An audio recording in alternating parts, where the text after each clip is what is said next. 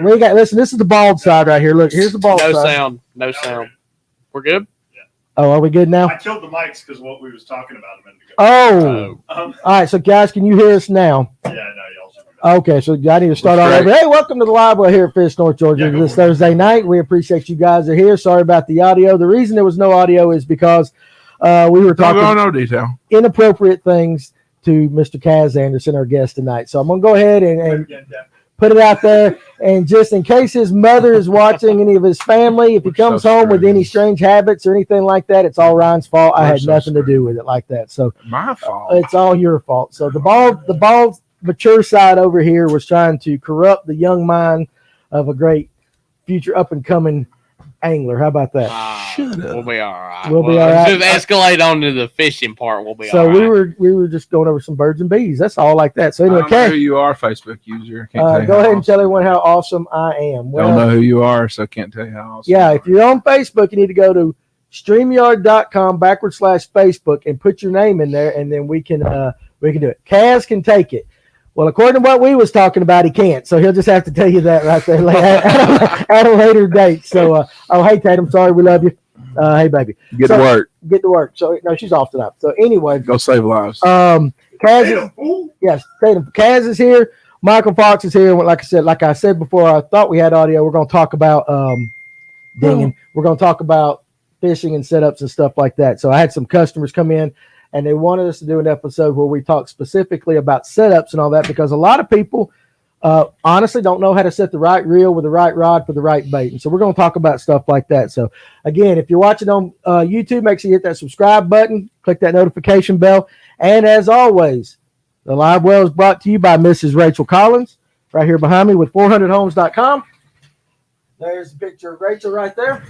If you are in the real estate market looking to buy or sell right now, Rachel is the agent for you. And again, like I always say, she's one of us. She loves to fish, and super cool gal, great husband, and good family people. And she'll get your stuff done. She will do it right. So you guys give Rachel a call at 770. It's been a long day. I'm going to turn around again. 310-0599, or you can email her at 400homes.com. Hell yeah. What? What was that? Just congratulate me. I said hell yeah. All right. So anyway, so again, before we get started too, I want to do something. This is from us here at Fish North Georgia, along with the Millsap family and all. We definitely want to thank everyone who turned out and helped with the hashtag 5 Bigs for Beasley tournament that we held this past Saturday on Laurel Park. I think if you were there, you could feel the emotion. I know Caz was there, and it was a really good turnout for the community. Gave away a lot of good stuff. We raised some good money for the family, and the family was there. We were able to love on them. And of course, Beasley's, if you're watching, we love you and all that. But it was a great way to honor our buddy Eric, and just kind of set the motion forward to what we're going to do here in the future with the scholarships and stuff like that. There's currently a kayak tournament going on that you can keep up with. And our good buddy Josh, one of the owners here, he's at least still top 3? Yeah. Top 3. So he's doing well. So everybody's rooting for him around here. But again, it's all about raising awareness, as to what happened. But again, thank you everyone for coming out. It was the easiest way to explain it. It was far above our expectations. Let's just put it that way. We were blown away by the support and all that. And you ended up, what'd you finish? We ended up third.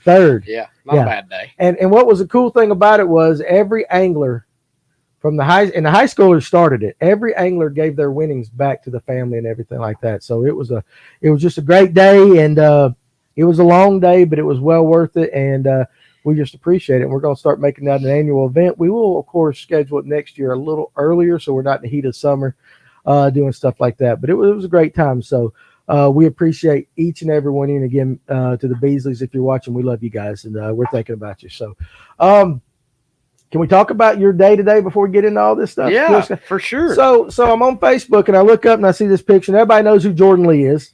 And he's sitting there talking about his day with Caz Anderson. So Caz told me he was going to be fishing on Lanier. He left out that detail. I didn't know you was fishing with Jordan, but you got to fish with Jordan Lee today. So how was that? Oh man, that was a cool experience. It was Jordan's an awesome guy. We've been friends for going on 5 years now, and talk a lot about fishing. It's pretty cool to have somebody like that. I mean, he's ranked, within the top 5. Probably, I think he's number 2 ranked anglers in the world right now. So that's incredible to have that kind of, that kind of standings and like have that kind of opinion to get on like, certain techniques, and like we'll call each other weekly and bounce techniques and ideas off each other and experiences on different lakes.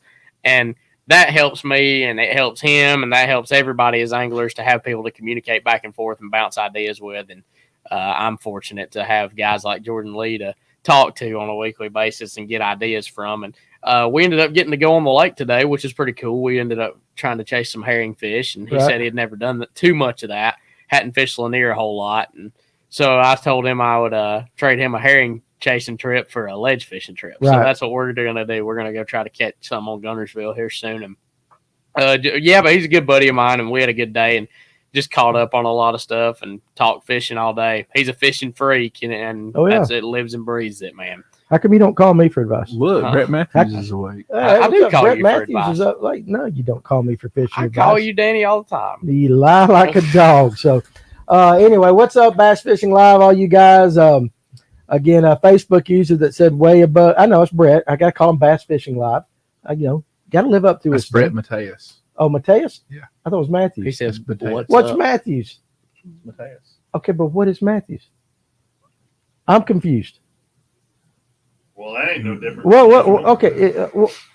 What am I doing here, Ryan? Never mind. Okay, we'll just go up with it. So, See, hush. All right, anyway. Brett Mateus. Brett Mateus. And how you doing, Brett Mateus? Brett told me he's probably going to be in the bed. He said he's old. He said he's old. He's getting He to is bed old. early. Brett Matthews is old, man. Yeah. Seriously, he really is old. So Legend. anyway, again, if you're a Facebook user, put your name in there so we can talk to you by your name. So anyway, so got to fish with Jordan Lee. You told me you had a pretty good day. Yeah, we caught between 40 and 50. Yeah, just an average day. I'm going to say like 45, I'm going to say is a good number to settle around, but we caught them on everything. It was awesome. Yeah. It was a good day. We had a little lull mid-morning. It got slick calm, and they got kind of smart, but moved areas of the lake based on just chase the wind pretty much and chase the conditions. They started pulling water around 3 o'clock. 3 o'clock, we went to the dam, busted them. As soon as they started pulling water, the lower lake came alive, and those fish really got active. So it was a good day. We did everything what we thought we were supposed to do and learned a lot and saw a lot of cool sights, fish coming up and just fighting over baits like they had never seen a topwater bait before, which they've seen millions of them over the years, but it's never going to stop. Like those spotted bass are wired to where they have to eat, and whenever the conditions line up right, they're going to bite. So that's what makes Lanier so good. That's what makes it so good year after year after year, and the pressure doesn't really hurt it because, truthfully, those brush piles set up to where you can only catch one off of them anyways at a time. So it's hard to beat on a spot that you can only catch one bass off of at a time. That's right. So that's why these places are so good year after year after year, and it's hard to wear these fisheries out. And Lanier, Jordan was talking about today, the numbers and quality of that lake is unmatched to any place that either him or I have ever been. Really? It's incredible. It's the best fishery I've ever been on. Hands down, bar none. All over the country, Lanier is the best. And if Jordan Lee, he's fished a lot of lakes. I know you have, but if he's fished, he says exponentially more lakes than I have. But even so, like he's fishing incredible places. Oh, look, your girlfriend's here watching tonight. Macy. Hi, Macy. How are you? So there you go. Anyway, Fangirl Holla. I don't know who that is, Facebook user, but anyway, Fangirl. That's funny. So, how about this? While we got it, and we've got it early, let's go ahead, and I know you're sponsored by some people. I want to go ahead and let you talk about your sponsors and everything, so we'll make sure we give them some love before we get into talking, and I'll forget about it because we'll start talking about something different. Oh, I mean, yeah, definitely got a lot of people that back me and support me, and go through. I fish college and I do guide services and all that stuff. And throw your number out for your guide service. Yeah, 828-644-4392. I can take you on Lake Chattooga and put you on some stuff just like what we did at Lanier today. And if you want a trip at Lanier, we can do that too. But I do trips on Chattooga primarily. Stay pretty busy doing that throughout the summer. So if you want a trip, I would advise you to call, and I'd love to take you fishing. But anyways, yeah. So my main sponsors, Abby Garcia, Berkeley, Pure Fishing. Those are like. I got your number right there, Cat. Yeah. What is it? 828-644-4392. Yep. That's it. That's Perfect. it. Yep. There you go. Yeah, so give that a call if you want to go fish. I'd love to take you. Or if you have any questions, I'm always down to talk fishing anyways. But Except with me, but all right. I'll talk with All you. right, there you anytime. go. But yeah, so I use their baits and rods and all that stuff, and it's a great company. Got a lot of friends that work for them. They're, as far as innovation goes, they've came a long ways in the past, and they're still growing like crazy. And there's some awesome stuff coming down the pipe from iCast in a couple weeks. Y'all are going to be blown away at some of the stuff you see from Berkeley. The Max scent technology, the scent technology that they have, the way they design and brand and shape their baits is second to none. Quality's unmatched. Abu Garcia with their rods and reels, they just come out with the new Xenon reel. I was throwing my topwater on the Xenon X today. It's the new Xenon reel. Dude, I could throw that thing across the lake, it seemed like. And there was no schooling fish that you couldn't reach. There you go. Spool it up with braided line, just bomb it out there a long ways, and you could work it so fast. It was an 8:3-to-1 ratio. Handled perfect. So it was killer. Yeah, but I mean, CarQuest Auto Parts, my grandparents own some CarQuest stores up there, and I get a lot of my batteries and everything through them. And Century 21, Realty, Black Rifle Coffee, Redfin Polarized. I've just started wearing some of their glasses. Yep. Dude, as far as like clarity of lenses, a lot of lenses are made the same way throughout the same people. But as far as the frames, they're the lightest frames. They make cool designs. They're at a good price point, honestly. Right. And if you guys would like to get some red fins, use the code CAZ15, CAZ15. I can get you a discount off of them at your checkout. So if you do want a pair, you can get a little bit of a discount off of them. And that is at redfinonline.com yes, or whatever? just use it on the website. Go on there online. You can type in that code and you can get all that stuff at discount price. So that's all I wear now. They make some, it's called I think it's the ocean blue or the coastal blue lens is my favorite one personally for every condition. Right. It just helps as far as saltwater, freshwater, all that stuff. It's pretty killer. But yeah, I mean, there's a lot. I'm sure I'm leaving off a few, but just anyways, like a bunch of people, thank you for supporting me and my journey. I don't do y'all near the justice that any of them deserve. And my parents obviously are like behind me 100% with all that stuff. They got me started in it. That's truly my main sponsors. That's obvious, but that's with every young kid that, you know, it's very few of them that are built self build. Everybody has that's some right. help, but that's right. It's I'm definitely blessed with some good support systems for sure. But yeah, definitely like to show them some love and going to be talking about a lot of those killer setups tonight. Yeah, for sure. And Redfin was nice enough to send 2 pairs of the glasses for a couple gift packs for the gift packs for the Beasley raffle the other day, and I honestly wanted to keep them. I know they were nice. So, quick question about the glasses from Mr. Neil Scoggins. Yes. Do they do prescription lenses? Do you know? I'm not 100% sure on that. I can ask. That's a definite maybe. That's a definite maybe. I'm not sure. They might do prescription lenses. I don't know. I've never had to really look into those, though. Right. I don't know about the brands doing it. Does Costa do that stuff? Yes. I think so. And I know I actually, after I hit Macy up the other day and said, you know, thank you for the setting us up with that. And she's going to try to set us up with that so we can get red fins up here at the store. Yeah, she needs to. So I think I definitely like to carry them. So yeah. They look pretty good. And if it's good enough for Caz, it's good enough for us. I wear them all the time. So yeah, I know they look good. So yeah, they're Caz approved. So like that. So again, so I wanted to make sure, because, you know, you are going to be on, you know, continuing, and I know you got a lot of good sponsors, great looking boat outside. And so pretty much at the moment, Costa is about the only way you can go. Is that what it is? Okay. Pretty much. Okay. Well, still, we're looking into. Oh, is that prescription? Not yet. Is that Mr. Is that Mr. Redfin right there? The name? Who is it? David Earl Thornton. Or is he just no? Okay, so that's not done. Okay. Anyway. It does get it. Yeah, I know. I've got trifocals there, Neil. So I imagine having that. So anyway, Dane Hogg said, Lakeshore 2, July 12th, 2-on-2. I'll fish with Caz, Dane, or whoever is available, and I'll buy breakfast or lunch. So there you go. Remember what I was telling you? We need to come up there and do a live? Yeah. So Danny Hogg said he'll be a partner with you, and then me and Ryan can come up there. Me and Danny can team up and kick y'all's butts then. That'll work. Oh, well, we might need to do that. We'll see. No, y'all probably wear out on that. No. I've never fished with Danny. We've talked with him for a while, though. Danny's a nice guy. Yeah, he is a nice guy. I really like him. So, progressives. Yeah, there you go. So anyway, definitely want to make sure you get your, give the love out to the people that support you. I know when you and I were on the live, we had a discussion, and this was kind of like a real deep one. Like, do you get your looks from your mom or your dad? Now, did you have a discussion afterwards when you got home? I didn't, but I know the clear answer to saying it's definitely my mom. You better. I told you that.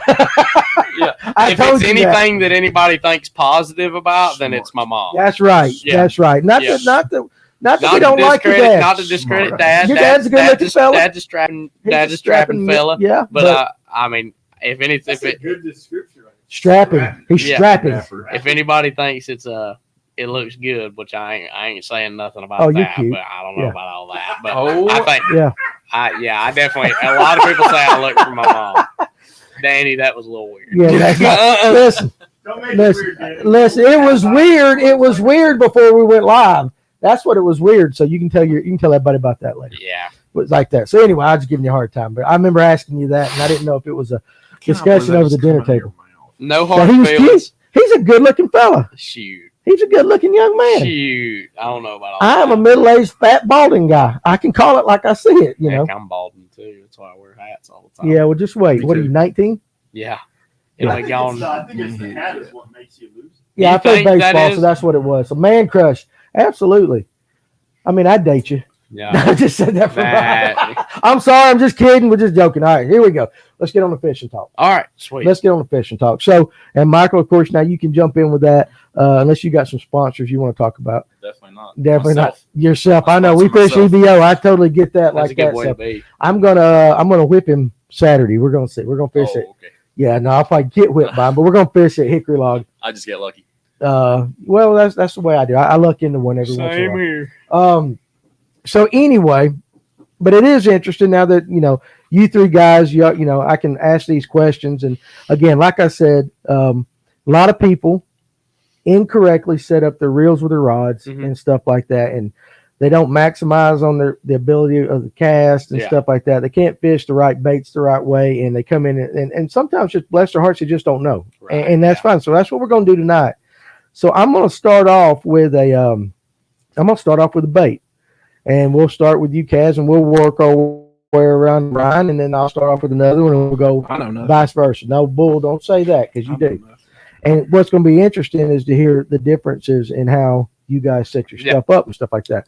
So we're going to start off simple. Mm-hmm. We're going to start off simple with probably the simplest bait that a lot of people, say to throw, the shaky head. The shaky head. So what is Caz Anderson's shaky head setup?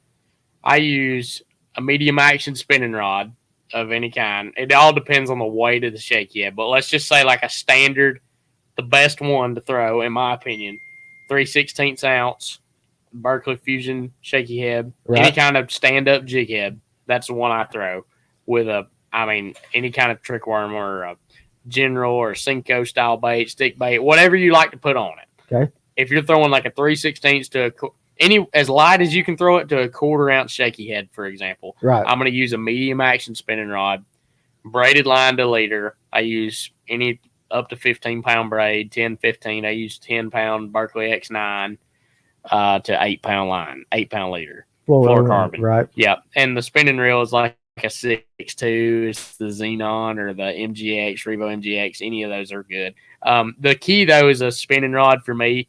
The reason for that is a forward-facing sonar. A lot of people have that, and a lot of people don't either way. But I feel like I can work that bait slower and move it better on a spinning rod because I can feel those. I'm allowed to throw braid on a spinning rod. You could do it with a bait caster, but it's just weird. But I like to drop a shaky head below the boat a lot of the times when I see them. So that spinning rod allows the line to fall off the reel a lot faster. So I can fish it vertical if I want. Right. And I can cast it further. And in my opinion, I can feel better with a spinning rod. It's personal preference, but I know people that throw finesse shaky heads on a bait caster and do just fine. But in my opinion, I like the braided leader. I lose less, and when they get close to the boat, I can play them. I would rather fight a fish on a spinning rod as a bait caster any day of the week. Okay. Just because I can play them better, in my opinion. What length rod? It's a 7-footer. 7 foot. 7 to 7.3, but right now I've been using a 7-foot medium. I used to use the Veracity, and then I got the Fantasista X. But any 7-foot medium spinning rod will work just fine. Medium action. I use a 7.3 sometimes if I'm fishing really deep. But usually a 7-foot medium does everything I need it to do. Okay. All right. On you now, Michael. What do you throw it on? Pretty much same exact setup. 7-foot medium spinning rod. I've been better with 20-pound braid, 20-pound depending on the braid manufacturer. Right. I used to be big on Power Pro, but I've moved mostly to Sunline these days. Okay. Found it to be a little bit thinner, so I can go a little bit heavier with the Sunline. Gotcha. But mainly throwing in brush and cover. But we'll see once we get some forward-facing sonar. Yeah, well, that's true. So, but again, he's got one thing, and you're having to do it from another perspective, like but that. Like basically the same setup overall. Okay. 8 to 10 pound leader. Okay. Fluorocarbon leader as well. Okay. All right, Mr. Ryan. 7 foot medium action FX extreme angler rod with a size 20 Revo X, a 15 pound Sunline PEX in orange with 8 to 10 pound Cigar fluorocarbon as my leader. Okay. And that There you is go. it. Now I'm gonna go verse. What knot do you tie from your braid to your fluoro?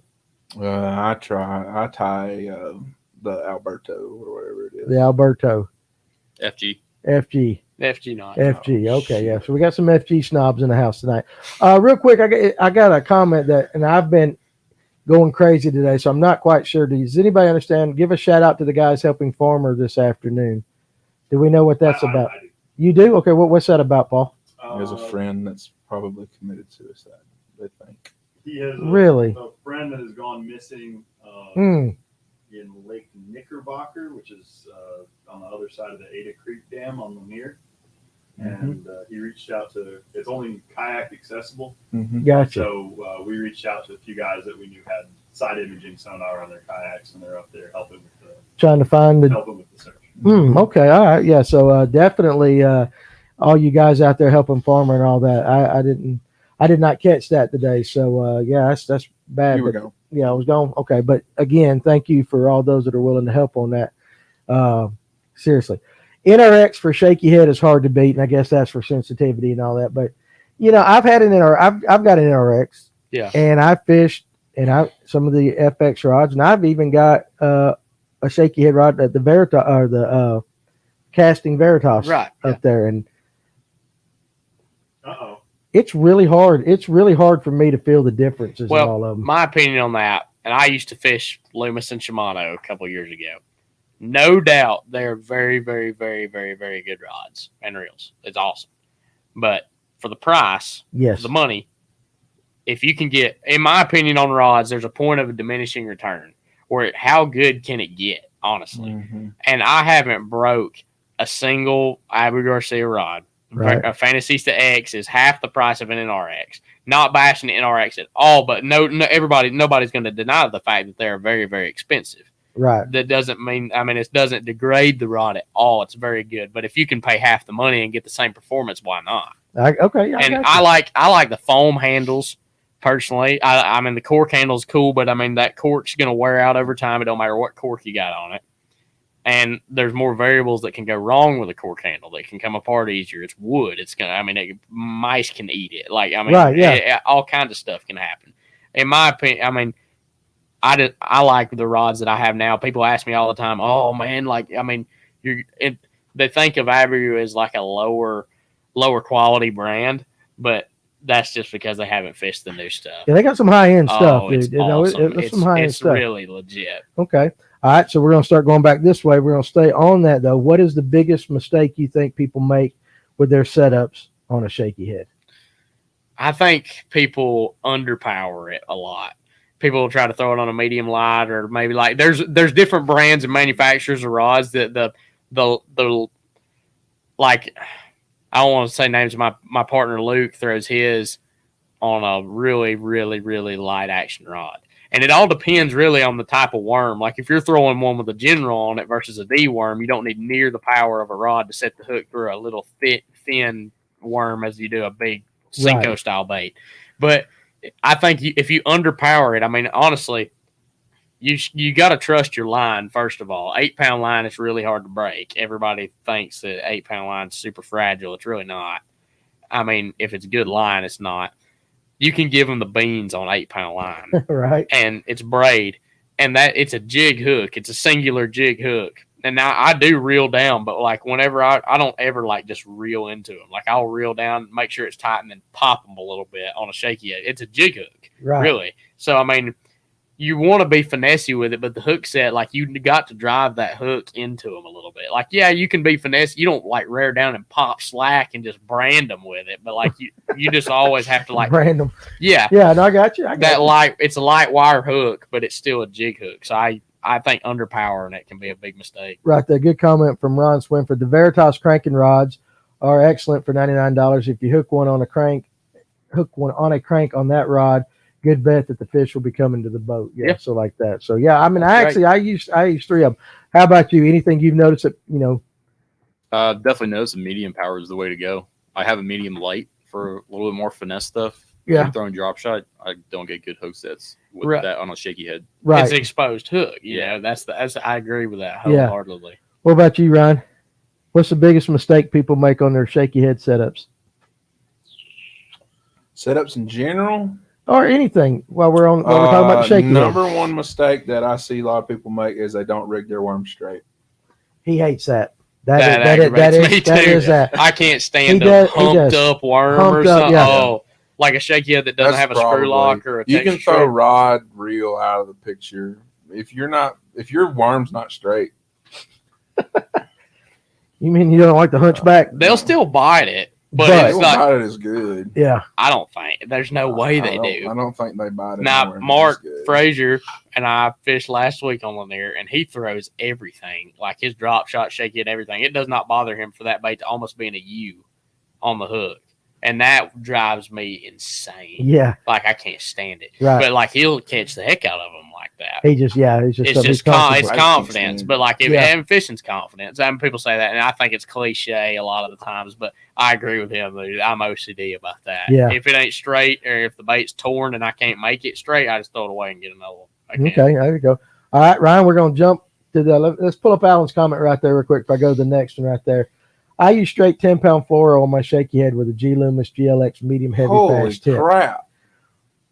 Okay. What is it? All right. He uses a medium heavy fast tip. I mean, there's nothing wrong with that. I mean, I think he's a Pruitt. We're all messed up. He's related to me somehow. So he's off centered anyway like that. So. I mean, some people like that's not really like a beefy setup. I mean, it's still like a Texas rig. Right. I just think of a shaky head like GLX is a pretty stiff blank though. They can be. Yeah. I just think I don't know. It's all personal preference. It's all in the way you set the hook. If you like to set the hook really, really hard, you probably straight fluoro is probably not a bad deal. Right. On a shaky head. Right. There's guys on my fishing team at school that will absolutely cross their eyeballs with it, and they lose a bunch because they throw braid to leader and bust them. But if they throw straight fluorocarbon, they may not lose as many. I got you. I advise against using straight fluoro because you just don't get the castability. Oh yeah, and it twists. It's aggravating. You don't, especially you throw straight 10-pound fluorocarbon in the wind. He might be talking about a bait caster though. He didn't specify. He might be. If it is, then that'd be a killer setup. Well, it's just all on how you feel. Spinning rod. What about the new Z-Man? Shake my head. Yeah, head and plastic. You throw that yet? I have not. I have not either, so I don't know nothing about it. So, anyway, that's a Josh Little thing. That's a Josh Little, and he's a good guy. I like Josh. Raymond Wood, do you ever fish the exposed hook on a shaky head? No. Is that a northern thing? I didn't. I thought that's kind of a Ned rig thing in my opinion. Yeah. I never bury mine. I run it through to where it's sticking out, and then I'll take and expose it. That's the same thing I do. Yeah. I mean, like, I don't know if that's you just barely bust the point of the bar, not past the bar, but the point of the hook is just past the. Just give it as long as it's through the worm to where like the fish doesn't have to totally clamp down on it to get a hook. Yeah. Okay, it's through the worm, but it's weedless. But exposed is an Ed rig. Good compliment there from our good friend Mr. Sal Pinto. Sal, I love you, buddy. Your guest tonight is a pro, great young man. I love Sal. Sal's a good dude, ain't he? Oh, dude. I do. I think Sal needs to come up here more often. Sal needs to come fish with me. Okay. I'm going to get my hat at him. He needs to come fish That's with right. me. So Alan he hit back up. It's a 6/8 spinning rod. I feel like I can't get a good hook set using the lighter action rod. So, again, that's, to each his own. Personal preference. That's just what I like. So, it's different. Well, it's like he said, it depends what kind of bait he's trying to drive that hook through, too. Yeah. Yeah. I mean, if he's got beef, using beefy stuff, like he might want that extra. Well, I mean, if you use straight fluorocarbon, you're going to need a stiffer rod. because it doesn't. I mean, got stretch. braid. Yeah, it's got stretch. Braid doesn't. You know. Gotcha. So, farmer, number one mistake for a shaky head that I see is people overwork it. It says shaky head in the name, but they don't have to shake it all the way back to the boat. That's 100% facts. That is true. I've seen guys out there just No. Most of okay. the Yeah. bites I get on a shaky head or whenever I'm sitting there just like holding it still and it's super deep or like I can just visualize it. It's my most favorite. I would rather catch them. That people say I'm stupid. I would rather catch them on a shaky head as a topwater because I feel the bite and there's nothing more than I love. And it's just a frigid, cold morning, super deep.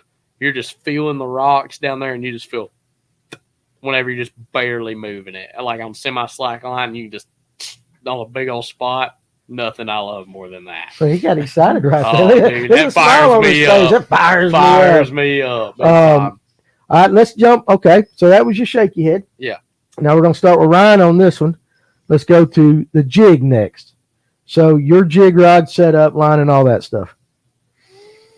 It's a 7-1 medium heavy fast FX. I do not do extra fast on jigs.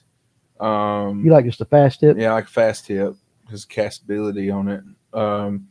And I use a 7 2-to-1 Shimano Casillas reel with no less than 15-pound fluorocarbon.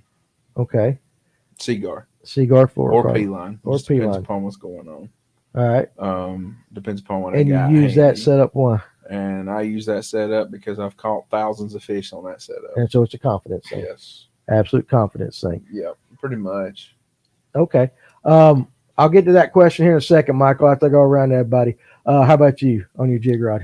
7.3 medium heavy Dobbins Mm-hmm. with either 15 or 16 pound Sunline. I think wherever the Sniper FC comes in. Right. The 7 2-to-1 Corrado. Okay. Shimano Corrado. Okay. So again, so we're on still both all bait casters. Yeah. How about you? Finesse jig. I use a 7-foot medium heavy Veritas PLX, the white ones. Mm-hmm. And it's just an awesome rod for those lighter wire hooks. 12-pound line on an 8-to-1 Revo ALF or STX reel doesn't really sign. I mean, any kind of faster reel just to catch up slack. I like to hop my jig a lot, especially on a finesse jig. I like to throw it out there and just literally pop the slack and just hop it across the bottom, especially for spotted bass. I think that triggers a lot of bites. Right. But on a regular jig, like a half-ounce jig or something, any kind of 7-foot to 7.2, 7.3 heavy, like a 3/8 or a half-ounce casting jig, 7-foot, 7.2 heavy, 15-pound fluorocarbon on a 8-to-1 reel. I don't really know the tip of or anything, as long as it's not a moderate, fast or extra fast, something Right. that you can set the hook. Probably extra fast is what I would like. But I don't really know. I'm no connoisseur on that. But ledge fishing, whenever I'm ledge fishing with like a big football jig or something, Mm-hmm. I'll drag it on a 7.6 heavy, pretty stiff rod, 17, 20-pound fluorocarbon, that's still a 7 or 8 gear ratio reel. Just so something that I can really take up a lot of line and set the hook really, really hard. And explain to everybody that, because I've noticed every one of you use a fairly fast reel on this, and you keep saying about taking up line. Explain Yeah, to everybody what taking up line Fish is. have a tendency on a jig to grab it and run at you or hit it and run and just take up with it. But yeah, the deal on a jig, in my opinion, a lot of people disagree with this, was to never set the hook on slack line. Don't ever do it, in my opinion. I don't have any success doing it because I always reel down with the rod until the rod, I can feel the fish literally swimming on the rod, and then I drive the hook home. You're going to hurt some feelings. Yeah, if I set the hook and He pop, is on that. if one bites it and I reel down and pop the slack and just makes a killer sound with it, Right. 90% of the time, half your hook set is wasted by the time your rod starts to bend because you're swinging slack line, and that does nothing. Slack lining only works in less than 10 feet of water. I mean, I could see that because you don't have much line out. Yeah, But, that's what I'm saying. It only works in less than 10 feet of water. Yeah. People are so tore up over Gerald Swindle does it. Yeah, but Gerald Swindle, majority of his fishing is done in less than 10 feet of water. Well, right. Like if you're So, flipping a it's jig, totally there's nothing wrong with different. that. But like if you're out there, You ain't gonna dragging go a there. You ain't jig gonna go on- slack line and no 40 foot of water. no, like your rod won't even bend. You ain't gonna go do that. like regardless though, like even like I don't set the hook really, really, really hard unless it's in like deep water. Like if it's shallow water and a fish has got your bait, try shaking one off. Like once he pulls on it, he's hooked. Like you, especially if you got a good weed guard, like you don't have to really set the hook hard. It's overrated. I just think as long as you've got as long as it is fun, but yeah, it's fun. As long as you got tension on the line, I just give it a good firm pull, reel like crazy. Don't stop reeling until he hits the carpet, unless he's pulling away from you as fast as he can. He crosses their eyes. I have a tendency I have a tendency to set the hook pretty hard too. But I mean, like I've broke off a lot of stuff on impact. If I'm like flipping super shallow water, and the way I reel down on them, whenever I feel them on there, if I reel down and set the hook, it's so much shock on like light line. If I'm throwing like 15, but if I'm throwing 20, I don't have a problem. But so I'm in here again with Alan. His comment is, jig is not my confidence bait. I have a hard time setting the hook quickly. I don't think you have to set the hook quickly. You think they got it, dude? I've shaken them off. If you're shaking fish off, you will lead that fish around the boat for 30 seconds minimum. If you truly have a bite, he is not going to spit it out. You don't have to worry about that. He's going to hold on to it as long as he wants. And if you pull against it, pray if a bass, like when that fish catches something, like in his mind, he just caught your jig. What he thinks the bluegill or crawfish. The thing's just not going to, the bluegill or crawfish is not just going to like lay down and just give up. It's going to try to get away. So whenever that thing you're pulling resistance on it and it's trying to get away, that usually makes him crunch it deeper. And when it does get away, he's not going to let it like, oh, you won the fight. He's going to get it again and again and again and again. He won't rest until he has his way with that jig. So like from shaking fish off, practicing for tournaments, the whole suspicion with fish spitting your bait out faster than you can set the hook, I think it's a misconception. If you get an actual good bite that's worth swinging on, you ain't got to worry about missing. Okay. All right. There you go. That's good. So he doesn't have pockets across his eyes. I get that like that. So Mike Shepard, of course, our good friend over at Georgia Blade. Great to see you. And again, we appreciate the hard work you guys do for us here too, Mike. So we love you guys and appreciate it. Him and Pam, great people. Yeah. Now, we were talking about a jig. Is there a difference? And we'll start with you, Caz, going back around. If you decide to go from a jig to a swim jig, still the same setup, or do you change it a little bit? It all depends on the type of cover. Usually on a swim jig, I beef my line up a lot. I'll throw at least minimum 17-pound line on a swim jig. If I'm throwing a swim jig around docks or something up here, I'll throw it 17 to 20-pound fluorocarbon on the same rod and reel. And if I'm throwing it in grass, I throw the exact same rod and reel with 50-pound braid. Okay, so you do that. What about you? Pretty much same setup. You don't make much of a change. You just use the same. Not really. More with a like casting jig or flipping jig. I'll bump the rod set action up. I'll go to like a heavy setup, but swim jigs I'll throw like 7.3 medium heavy. Okay. 15, 17-pound fluoro. Okay. It all depends on the cover too. Yeah. Yeah. What about you? I have a 7.2 Falcon lowrider with a moderate fast tip. What? 7.2 lowrider. It is. There you go. The rod was specifically designed for swim jig fishing. Okay. It lets the rod load up. I'm a Tom Monsoor swim jigger. What the hell's that? I don't throw the swim jig out there. You don't do the Alabama shake Like that. I'm not Tom Monsoor. Tom Monsoor. There's been, you can quote me on this. There's been nobody in the world who's caught as many fish swimming a jig as Tom Monsoor. He pretty much invented swim jig fishing. Okay. He throws it and reels it back. Keeps it simple. Yep. He don't really do much anything else. That's pretty much how I do a swim jig too. A lot of guys, they start out, they don't understand the swim jig. They don't understand how fish react to a swim jig. So Danny got it. Tom invented the swim jig, Danny. Yeah, he pretty much did. I'm a farm pond boy, guys. I'm learning all this. But a lot of guys, they start out trying to use too heavy of a rod when they're swim jig fishing. You'll actually take the jig away from them sometimes. And And Caz is shaking his head. Yeah, I've seen a lot of people. They get a bite on a swim jig and they just jerk. Set the hook on sight. They set the hook on sight. Well, the way a lot of times that I fish a swim jig out of sight. I don't really let them see it. I don't want to see the bait. I want feel. And there are times where you got to get it up higher in order for them to come up and get it. But for the most part, I try to keep my swim jigs outside. But swim jig fishing is very, very simple. Cast and reel, baby. And it's cast and reel. And I throw it on a Revo X 7-3-1. And I throw pretty much either 15 or 17 pound P-line tactical or Seagar. Okay. Just depends. My opinion on that with the swim jig, they call it the Alabama shake. No doubt that catches the heck out of them. But the only time I really do that, if you're throwing a swim jig to grass, which is like Tom Mansour throws his, and he calls it the weed beds, fishing like the grass does the action for you whenever that bait is deflecting off that cover. But up here, whenever I fish a swim jig in North Georgia, it's mostly on a shad spawn style deal or around docks. And I feel like I get more bites whenever I do the shake just because it gives it – this water's so clear, you have to give – it's like a Sabile. You have to give it an erratic action or a fluke. You have to give it an erratic action because this water's so clear. These fish see baits so well. The more you shake that jig and the more erratic it makes it, the more it breaks it up. They can't really tell exactly what it is. They're just like, oh, it's a shadow, it's a bluegill. So up here, I do the shake or give it a twist, do something. Like fishing it out of sight's a great thing. Like he's talking about, I've caught a lot of them doing that.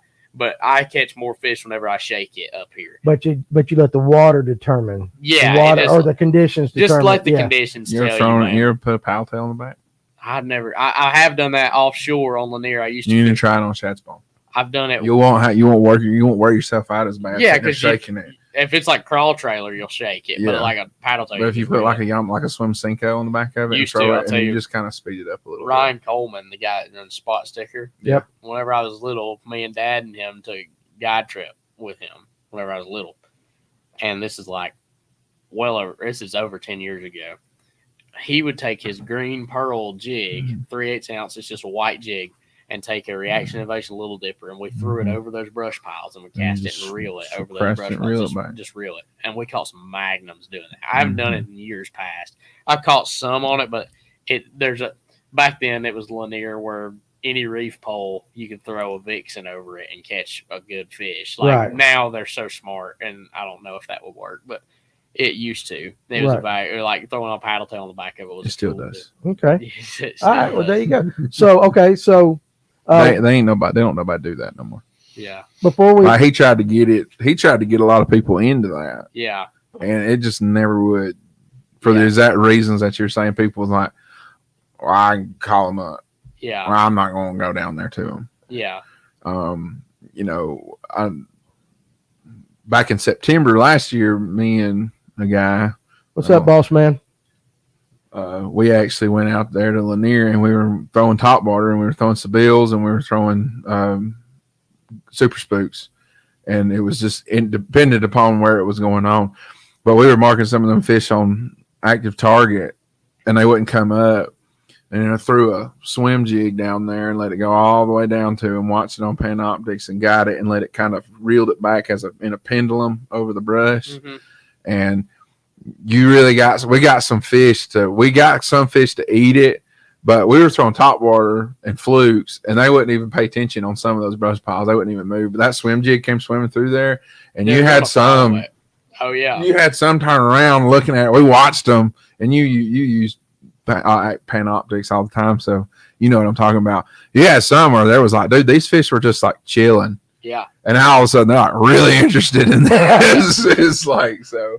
It's like that meme where the hot girl walks by and the guy turns around. He's got his head looking. Yeah. You know what I'm talking about? Yeah. That was cool though. Like that was an interesting technique. And Thrift does that a lot on Eufaula and other places like that. You watch the baits that he unhooks from the fish's mouth. It's a swim jig a lot of the times he dominates with down there. Okay. But it's just confidence. It's a bulkier profile of a swim bait that these fish love. My dad does it all the time and catches fish on it. It's just one of them deals that I haven't caught a ton of fish on. And I have confidence in other things. Right, I got you. But it definitely, I mean, like he's saying, it still gets reaction out of the fish, and you can catch them on it.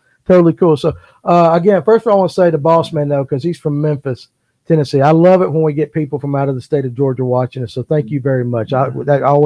We talk about that daily when we get an order in from out of state and stuff like that. Totally cool. Totally cool. Yeah. I'm not that old. Can I say totally cool and get away with it? I don't know. Bald guys can't. Reeks of awesomeness. Totally reeks of awesomeness. I don't know. My kids say something and it sounds like something, and it means something totally different these days. I don't know what the hell stuff means anymore. I just thought it was weird that you said. I've never heard you say that. Okay, I'm sorry. I won't say it again. Okay. Is that all right? Yeah. All right. So like I didn't know what no caps meant. No cap. My No kids are going around kizzy. going no caps. No, I'm like, what the hell are you talking about, dude? He's like, Danny's basic. so- I am basic and I am old. I'm a I ain't simple caught up man. on all the lingo. I don't know it. I mean, seriously, it's just it blows my mind that y'all can just take a normal word and it means something totally different these days. You're basic. Hey, can I have a water? Yeah. Thank you, Me too. Hey, sir. can I get one, Paul, or something? Or We just need. Hey, we just bring 4 waters. That'll work. That'll work. We love you. Thank you very much. So, let's see. What do y'all think about the tournament win being pulled from Gene? Listen, listen. We're pulling. I'm telling you right now, we're pulling for Josh McCaig because he's the owner here, and we hope Josh. He's in 2nd or 3rd right now. That's What who do we're you pulling think from. about being pulled, the tournament win being pulled from Gene Jensen? Oh, she's talking about a totally different thing. Yeah, that's what I have no idea. You're gonna have to. idea Hey, about that. update us on that real quick in the comments what you're talking about, and then we'll comment on it because I have no idea what you're talking about. So, real quick, there was a question up there though. Do any of you guys throw shaky heads on bait casters? Is there a situation where you would? You can start with that and on that. I have, but Okay. it's going to have a heavier head to get down deeper. Just depends on that. Yeah. I know you designed those mags that we got. The Kodiak the head's meant Kodiaks for a bait caster on. Are meant for a bait caster, but they got the really big hook. They got a swim bait hook in them. They do, yeah. Like ledge fishing, I'll throw a half-ounce football head shaky and I'll throw it on a bait. The same setup as a jig setup. I mean, you're something that you set the hook really hard. Right. Put a big worm on it. But only when you're trying to get down deeper over the ledges and stuff It's like just that. largemouth, current, brush piles, stuff like that. Stuff that you really have to set the hook. Spotted bass, I mean, if the spotted bass are in dirty water, you can get away with the same stuff. But it's all like these fish like finesse applications due to the water being clear. So like the 8-pound line and all that stuff works better. But if you're like on the Tennessee River, they don't really care. So that big one works good. Okay. Again, watching from Lebanon, Tennessee. Love y'all show. Wayne Huddleston. Hey, again, Tennessee boys. That's Buddy awesome. from Tennessee, his name's living in Brady Duncan. I wonder if Wayne knows him. What's his name again? Brady Duncan. He's on the fishing team at Carson Newman. Okay, there you go. Always use a bait caster for shaky heads. Dwayne Kirk right there. So, Bass Personal Fishing preference. Live. Thanks for the Beasley's pick on deck. He's watching over us all. Yeah, and that shirt he's wearing, we've actually got it upstairs in a shadow box. We got to figure out a way to hang it on the wall where it won't fall. But his parents were kind enough to give us actually the last shirt that he wore on an episode here, and we've got it all nice and put up there. So there we go. So drinks being passed around now. Caz, do you think the local tournaments will ever go catch and release like yak tournaments? I hope they do. I truthfully do. The tournament, Kind of like the digital thing like we did? I or- hope every tournament around here finds some way, and I'm sure it's expensive with the scales and everything, but if every tournament around here went digital, me and Jordan were talking about this today, if every tournament went to a catch, weigh, release style format, it would preserve fisheries for years. And it's honestly, everybody that I talked to loved it because, A, you didn't have to haul butt back to weigh in, so it was safer. Mhm. And all that boat traffic, you were safe. It was relaxed. And for me, I like the format because it allows me to make better decisions. Like I could check the leaderboard during the day and be like, oh, I'm down by a pound. Why go to my brush pile that I'm going to I may not get a bite, but if I do, it's a 4-pounder. Why would I do that whenever I could go catch a guaranteed 3-pounder and get closer and closer and closer? It allows me to make better decisions based on how far behind. Like if you're down by 10 in the fourth quarter, you got to shoot a couple threes. So, Yeah. you never know. Like with the weight, we had 1740 something on Lanier during the topwater bite. it's usually not going to cut it. Like, I didn't think we were going to break the top 10, but if I didn't have that leaderboard, I wouldn't know. I wouldn't have fished like I would have. Gotcha. So, like, it allows me to make so much better decisions, fish hard to the end, to the last tick of the clock, and I think it's better for the fish. There's no negative aspect to catch, weigh, release, in my opinion. Yeah, it was. Rawson had a discussion about this. Yeah. It's pretty simple. What's that? You put the dip in. Club format, club tournament format. All right, so you take your new year coming up, whenever that is. All right, so you take your new year. Everyone has club dues.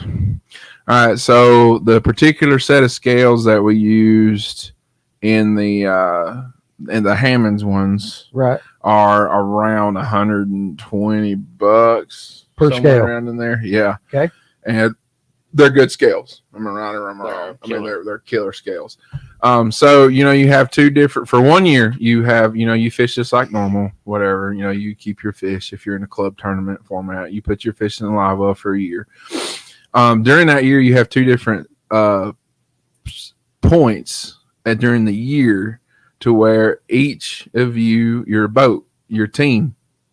So each time at two different points, you have to throw like $60 in. Mm-hmm. On the day that you fish a tournament. Did you have a club tournament? And you do that 2 different times. Well, you've paid for your scales as your boat number. And if everyone does that, and everyone who fishes a tournament, well, then that 1 year goes by. At the end of the year, then you make the purchase at the end of the year. And then it's not taxing on some people, right? For having to fork out some money. The president or whatever of the club buys the scales. He got them, like that. And then the following year, you start from the get-go, and you start doing the digital format. I think the big thing with that is, now I know Hammonds has their own link. Mm-hmm. So you would have to be able to either use somebody that has a link already, or you would have to create your own link or purchase or but in this digital age, the way everything is, it wouldn't be too difficult. But that you would have to. That's just another thing. I mean, I'm saying, listen, and I do see, like Raymond's talking about, especially for the kids, the weigh-ins are exciting, and they are exciting and stuff like that. And so maybe in the spring, winter, but I'm telling you, in the summer, I mean, you could keep them during the winter. I mean, because you could keep them during the winter if you wanted to. But the summer is summer is the big thing. Yeah, honestly, like people were surprised. Like, I mean, at home we have night tournaments. There's one going on tonight, and people throw a hissy fit whenever they have 6 or 8 dead fish floating at the ramp at the end of the time. Right. You can't expect anything different. It doesn't matter how much ice you put in your live wells. It don't matter how much G juice. It don't matter if you stick them, if you fin clip them, if you do everything. If you have an oxygenator, fish are going to die.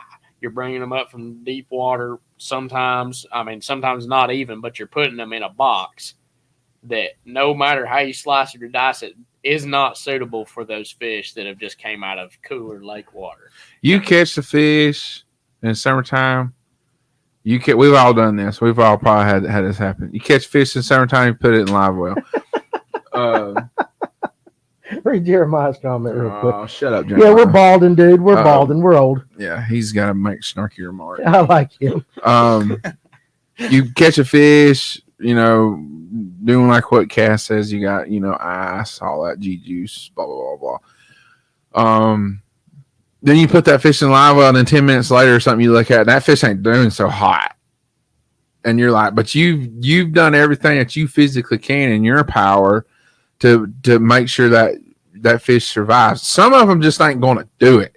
Yeah. So catch the fish, weigh the fish, make a video. The fish is out of the water for 30 seconds max. You can leave a fish out of the water for 5 minutes and it's still going to swim off just fine. Yeah, exactly. But you're actually doing it probably less when you're doing a little digital thing. Right. Yeah. Let that fish go. When that fish goes and it swims away and it's out of your sight, if the thing goes off and dies, that's not your problem anymore. But you did all you but you've done you've done your due diligence, and you've done what you can. After that fish swims away, if you physically see that fish swim away and then it goes off and dies, that's Mother Nature.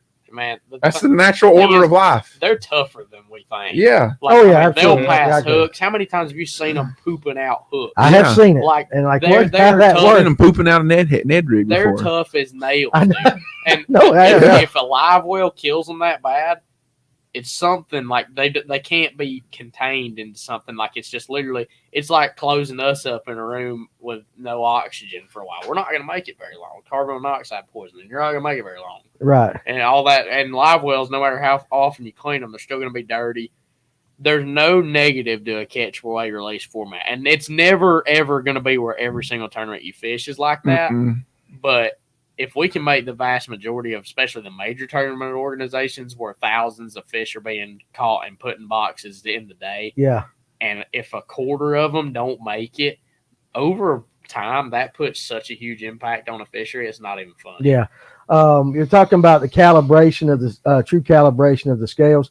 There are ways to do Well, that. I mean, Yeah. hard. You get a 5 pound. You get a dead 5 pound weight. Yeah, you can And calibrate, you it calibrate every yourself. single one off a true 5 pound weight. Yeah, you can do You that. just, it takes however long it takes to however many scales it takes. Dane wants to know. I had someone tell me they think, let's see, flipped over there, that taking fish from warmer water and putting them in cooler water with ice packs puts them in shock. What are your thoughts? Colder water and putting them in cooler water with ice packs. Yeah, like You taking can them put like from too warm- much. You can put too much ice in live well, like Mhm. and put them in shock. But what I do usually, this has worked really good in these night tournaments. I don't have them die very often.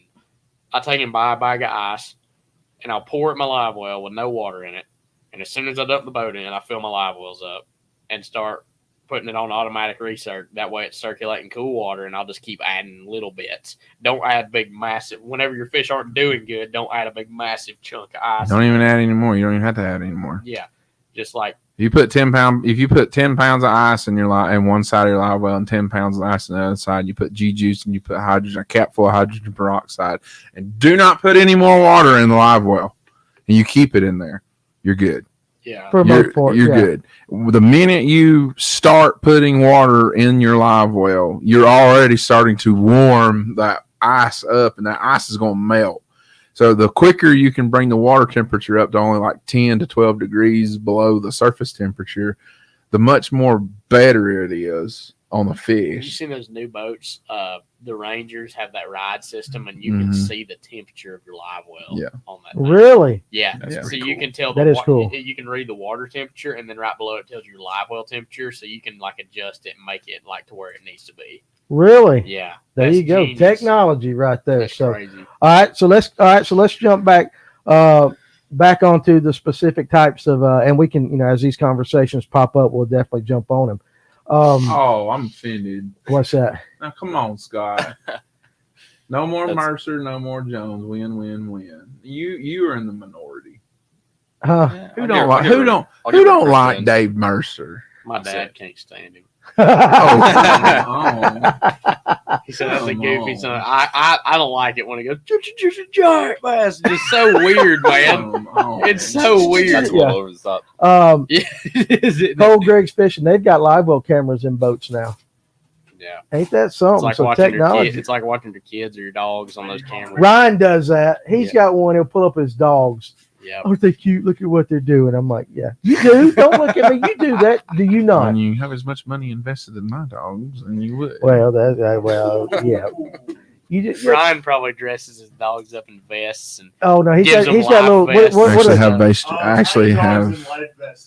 He's got these I little have- Shih Tzus. I or have something. life vests. I have Braves jerseys. I have Falcons jerseys. I have my Bulldogs dog lives in the jerseys. yard. There And you he's go. happy as My can be. little- He poops in my the little- yard, he pees in the yard, and he eats bulldog My food. little and I girl feed him every dog, bit she's of got scraps we got. And he And likes he it. loves He life. loves it. My little girl dog, she got bows. Yeah, but he gets it. Oh yeah, it's. I've noticed the love- bigger the guy, I love my little girl dog. the smaller, sissier the dog. Oh, yeah. I love I hate Ginger the little to death. yappers. I love He's got some yappers. I'll pawn them I for a love mile. Ginger. Punt him for a mile. There you go. I love All right, let's Ginger jump on to the spinner baits. Spinner bait rods. I'll be in the minority on this. All right, well, we'll I'm start not- with you. I'm not going to start. Okay, well, we'll start with you, Caz. Throwing a spinner bait and or chatter bait. Either one. I don't like the glass rod for a chatterbait. I think that's a bunch of horse crap, in my opinion. There you go. All right, so I think it's the biggest gimmick ever. It Okay. is. It's a gimmick. Unless you're throwing the exact That is way overthinking it. Unless you're throwing the exact rod that Hyatt throws. Will you throw it on a winch?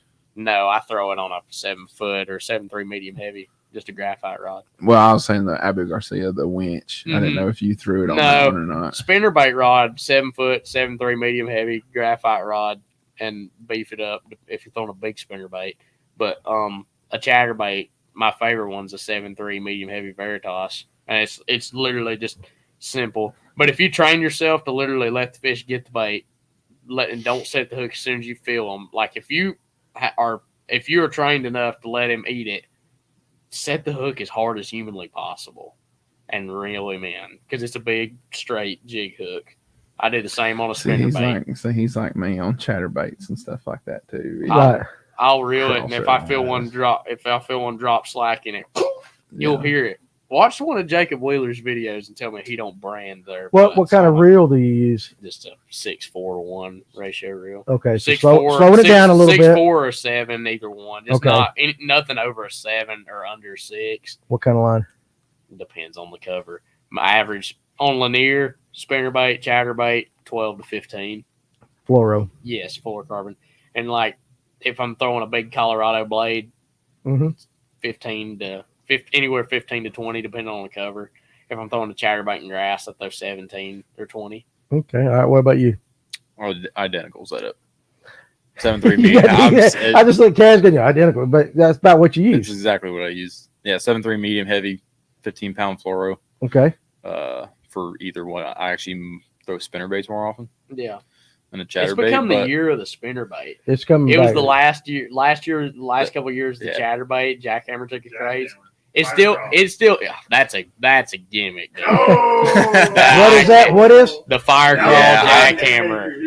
Okay. Jordan won a dang Bass Pro Tour on that thing. I didn't win it, but he caught like one of the heaviest stringers, like 5-fish streamers, like 32 pounds on you fall on a red chatterbait. Right. I have never got a bite on it, and literally, I swear every event I fished this spring, college tournament, Chickamauga, Fort Gibson in Oklahoma, all those won on some sort of variation of that red chatterbait. So I don't know if people do it as a joke. You throw red crankbait? Yeah, but then what's the difference? A lot. It's suspended. You ever seen a crawfish swim mid-water column? Ooh, okay. We're gonna learn you something, young buck. Yeah. Hey, I've fished it across the bottom. Is that the only way you throw a chatterbait? High. It all depends. Ooh. It all depends. I mean, you can reel it across the bottom as well, but like if there's so many other things, like if you're gonna fish a bait across the bottom, throw the crankbait or throw something. That's just what I like. I haven't got bit. I have zero confidence. You just have no confidence in that. Okay. If I went out one day and busted them on a red chatterbait, I'd throw it more often. But you just ain't had no luck. I've thrown it too, like during the time, like I can envision it working, but I ain't caught none on it. Never even had a sniff. All right, well there you go. All right, Ryan. Now enlighten us. Well, first of all, give us your setup. Oh, on the rod. On the spinnerbait. On spinnerbait, it's a 610, medium heavy with a fast tip. It's actually a custom built rod, because that's how spinnerbait freaking fool I am. You do throw the spinnerbait more than anybody I know. It's a custom built rod by Kevin Underwood. To my liking, to my specifications, the exact specifications. It's actually a 7'6" blank that he cut down where I wanted it to be cut down at. So you lost some of the action on the tip to No, I have more action on the tip. So he cut it from the bottom up. I'm trying to figure out how he cut it down. He cut it midways up. Okay. He cut it midways up. All right. But I could talk about it for an hour and we'll not get anywhere. But that's just me. I throw it on a 7.3-1 Abu Garcia Revo X, and I don't throw anything under 15-pound fluorocarbon on spinnerbait. Doesn't matter. I don't throw anything. I've never had them tell me in water clarity situations that they're staring at my line that much. Okay, no. That's just me. As far as the chatterbait is concerned, chatterbait, I don't love them, but I will say this: that fire crawl chatterbait, it is not a reel it and throw it back color. Okay. You need to throw that thing and you need to let it get down toward the bottom and you need to almost have a crankbait mentality of it. So you just wind it across the bottom. Yeah. Yo it, hop it. You can do some of that, but you need to keep it in relation to the bottom. That's pretty cool. Yeah. Because you got to think when the fire crawl color really starts to come up is when the fish first pull up. When they first start pulling up, early spring, when those first wave of those fish first pull up, what are they doing? They're sticking they're eating crawdads and they're sticking real tight to anything that can hold warmth because they're in the process of trying to incubate to raise their body temperature up so they can start incubating their eggs as the females. Okay. And when something like that chatterbait, that red, black, orange chatterbait comes wobbling around down through there and gets real close to the piece of cover, it's something that they don't have to expend a whole lot of energy to jump out and grab it. Whereas when one comes over their head, they have to go get it. Right. They have to go up and go get it. Okay. So shad ones and stuff like that, shad pattern ones, you can throw them around back.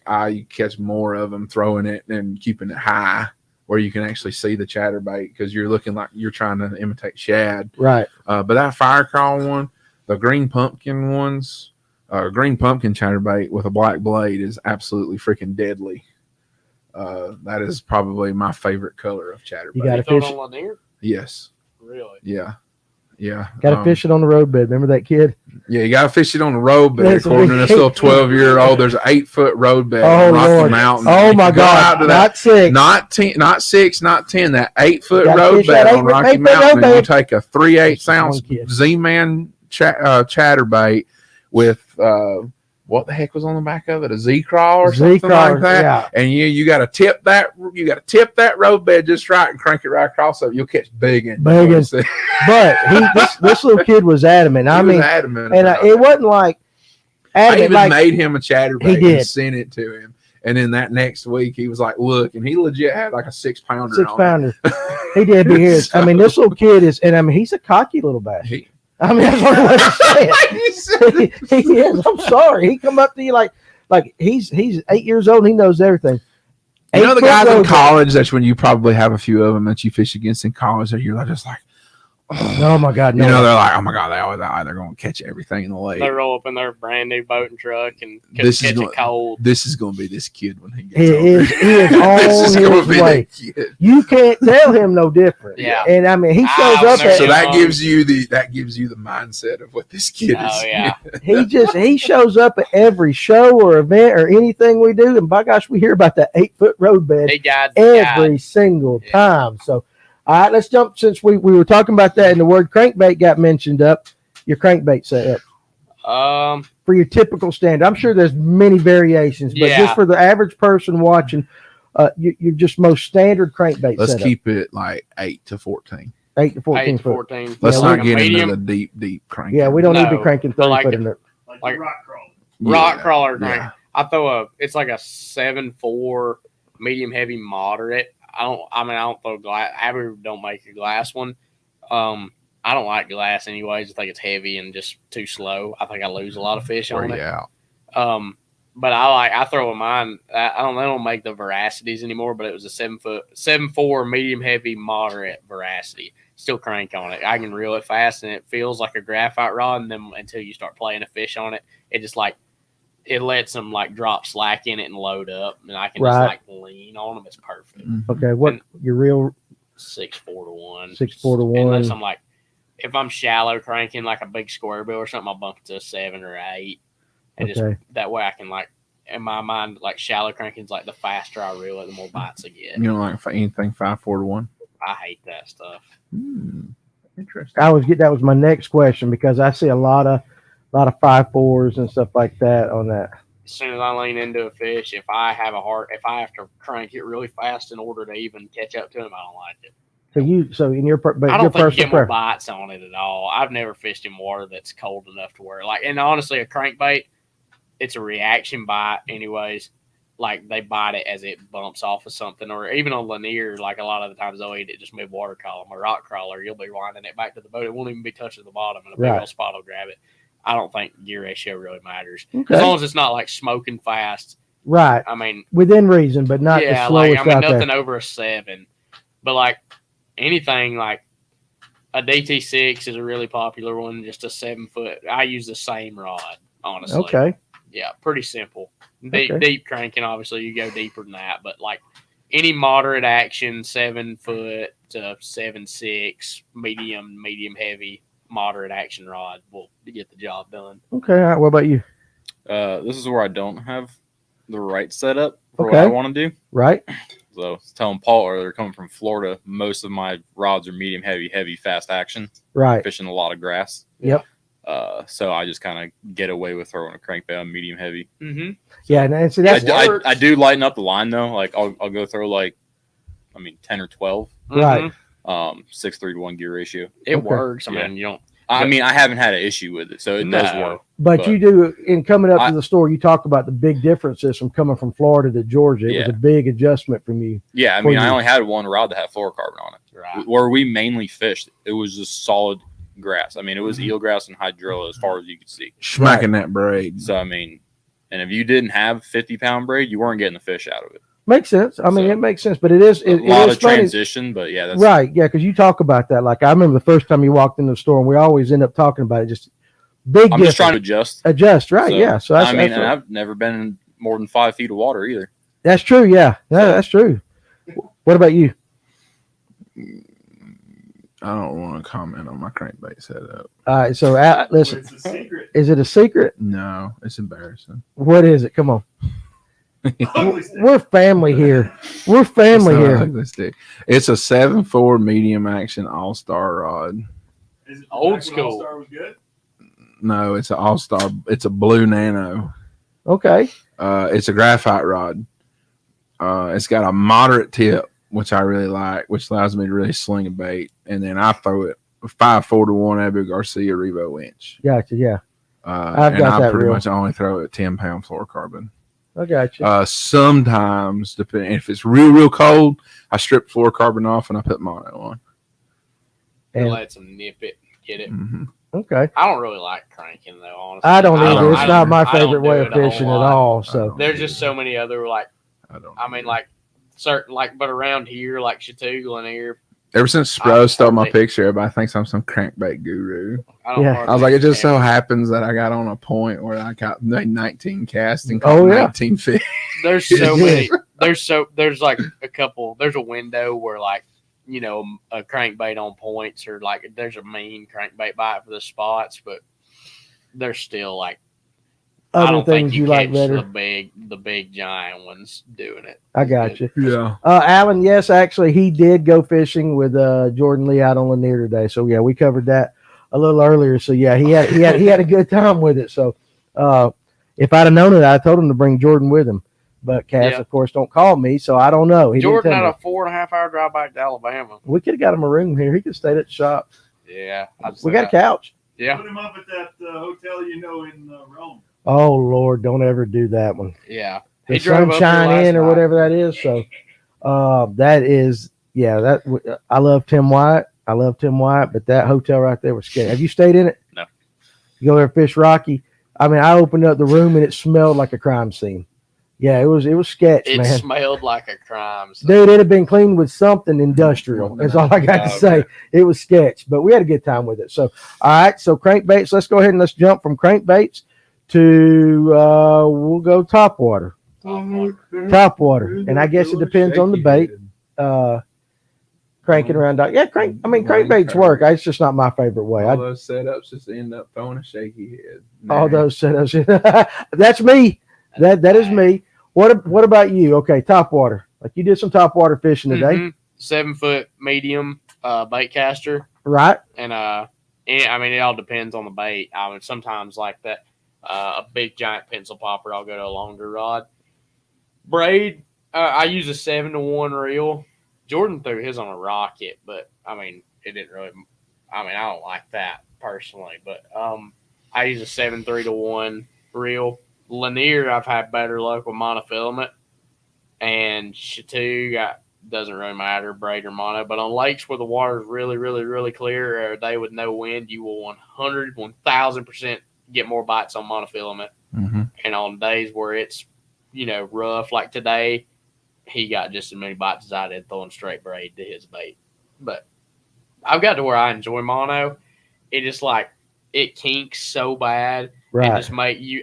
It's so cheap you can replace it every time. I mean, after you use it so often. But I enjoy braid more.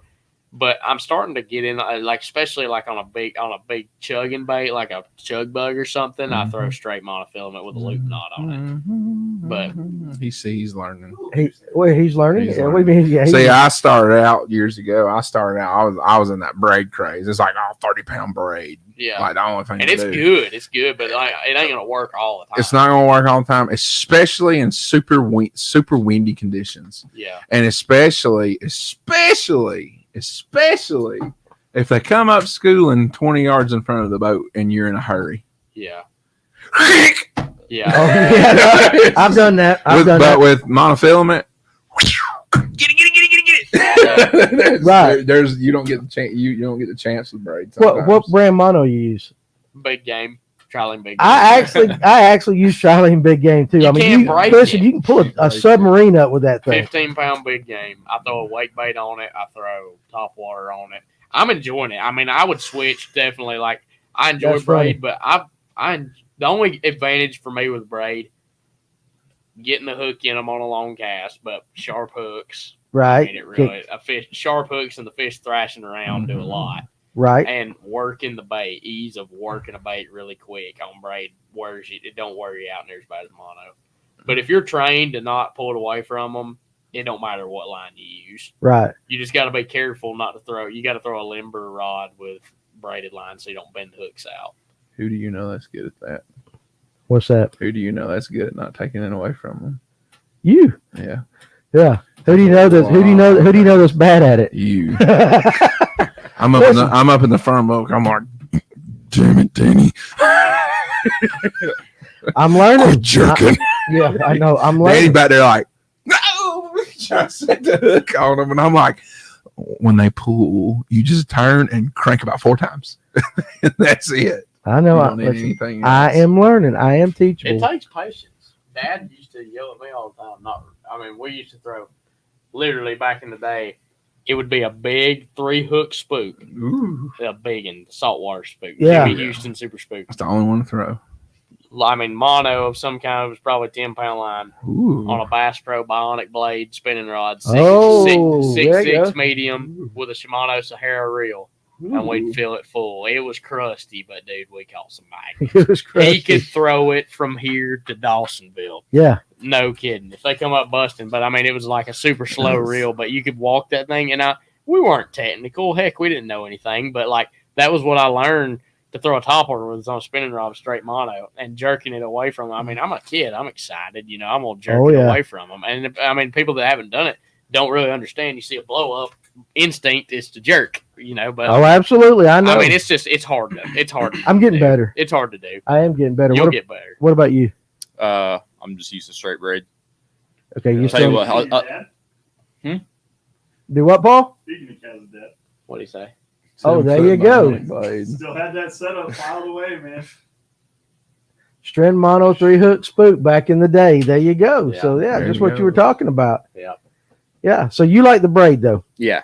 I'll tell you what helps with waiting for the bite. What's that? Snook and tarpon fishing. Yeah. Well, hell, I ain't got none of that I'm up just saying, it has helped a lot with bass because bass do have a lot better chance of eating the bait. Yeah. Right. Saltwater fish. Got to give it a second. Oh, well, they'll smack it first. Yeah. They'll come up and try to kill it before they eat it, Right. especially with tarpon. That's interesting. You can throw a topwater bait and they'll come up and hit it with their tail 3 or 4 times before they try to eat it. Really trying to kill it or something. Yeah, or stun it. It's a different ball game. So you learn to not react so fast by doing that. So, and you're throwing the same setup. So, I mean, we're throwing the same bass tackle too. It's just for a different fish. Right. But they You just got to train yourself. Yep. So, and it all depends on the topwater That bait. makes sense. That's a good point. Topwater bait like a Chopo or a whopper plopper or something like that, a pop R or straight mono, whopper plopper, straight braid. Like, I mean, it all depends on, different deals, what you're going to do. It's interesting you brought up that whopper plopper because I caught my first. It was on a Chopo, but I caught my first because I hate that bait. Yeah. But I got pissed off and I just started ripping it. Yeah. And all of a sudden it went boom and blew up on it. I'm like, So when you throw your chopos and stuff like that, are you a steady retrieve guy? Or are you changing up any? It all depends. I usually just steady retrieve until I figure out something that they like.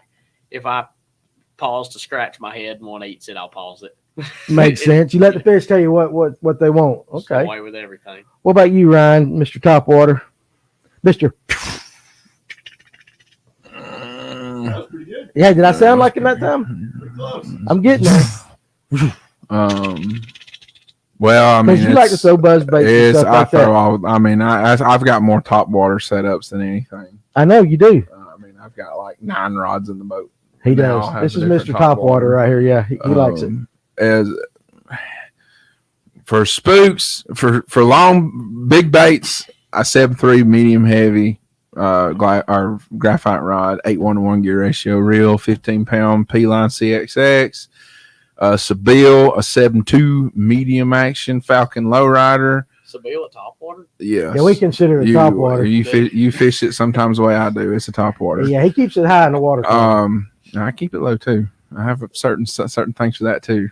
7.2 medium action, 8:1 gear ratio reel, 15-pound CP line. My little spooks is 7.3 medium heavy, 8:1 P line. My chug bugs is a 7-foot medium heavy. My buzz baits is 7-foot medium heavy. All these got 15-pound P line on them. You love P-line. I love that CXX. It's never let me down. He does love P-line. I mean, I've caught 30-pound striper on it. The hooks will straighten out and the split rings will come off before that line breaks. It's a good line. If you tie a good knot. If you tie a good knot. Y'all tie loop knot at all? You just tie straight to the bait. Keep it on the chug bug? Yep. What do you do?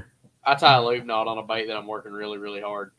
I don't know. I'm gonna try to put a split ring on the chug bug because don't do it. Why?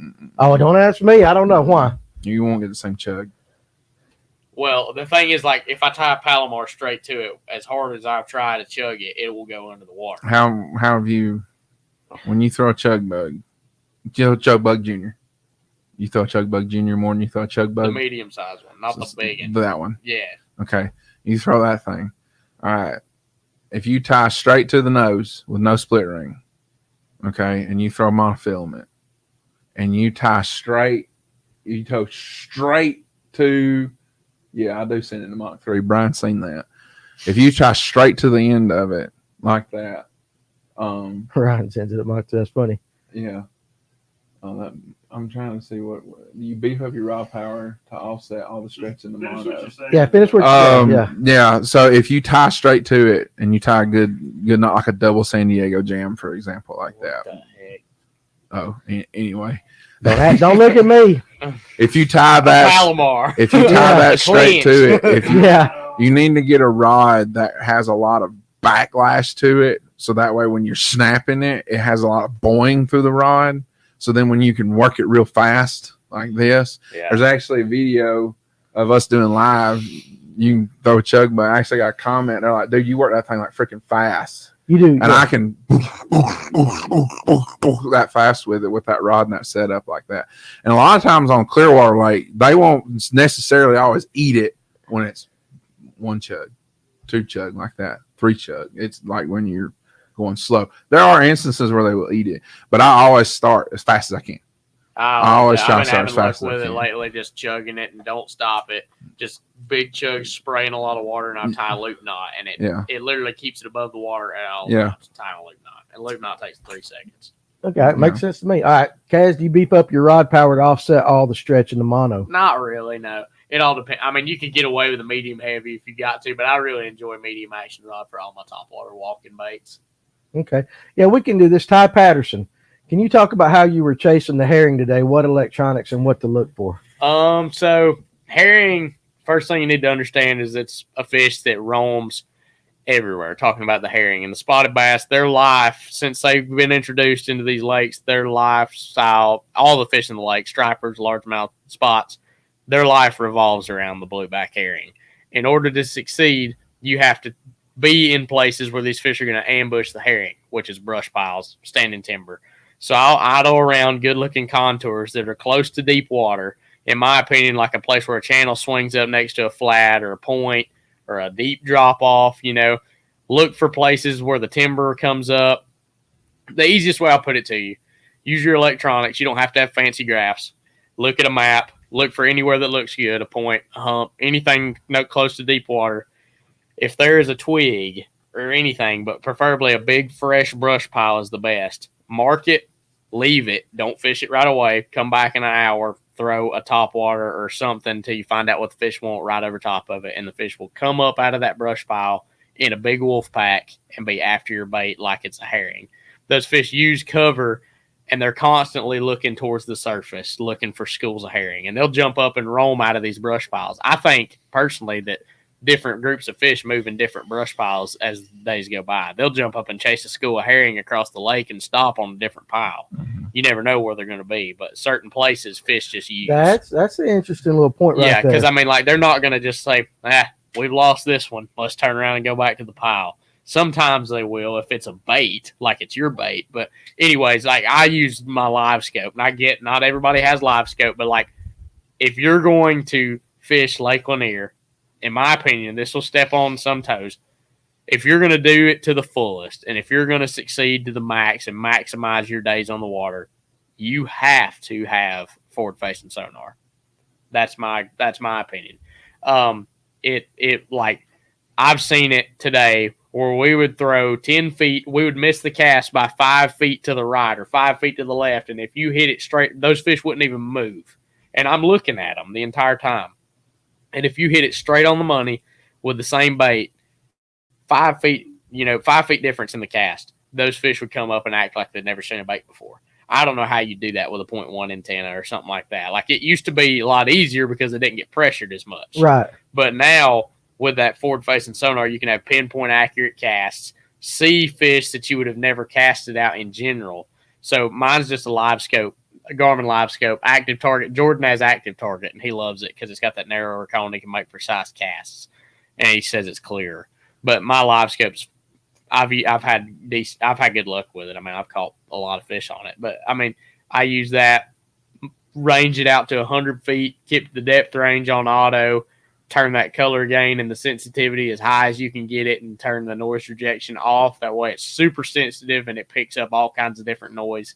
And once you have the locations found, hit as many places as you can. Do not if the fish chase it to the boat, don't sit there and try to drop shot for them. Run to the next one. Another one. You will ruin the spot for the entire day if you sit there, and you'll ruin it for, I mean, you won't be able to catch fish off of it for hours, where if you leave right away, you'll be able to catch another one in 30 minutes. That's one of the stumbling blocks with Panoptics and live view kind of stuff. You just think you can people catch just sit them, there like, man, I know the fish are here. Yeah, like you can. But it's like, man, if them fish ain't going to eat, they're not going to eat. I don't give a rip. Yeah. If they don't want to eat, they're not going to eat. If they don't eat it on the first time they rise up after it, if they don't eat it, the more you cast at them, the more you're educating them at that point. Because if they didn't eat it, they know it's not real. Yeah. But in a couple minutes, they're going to reset, and if you leave. But if you stay there, they're still sitting there like, man, when's this guy going to get out of here?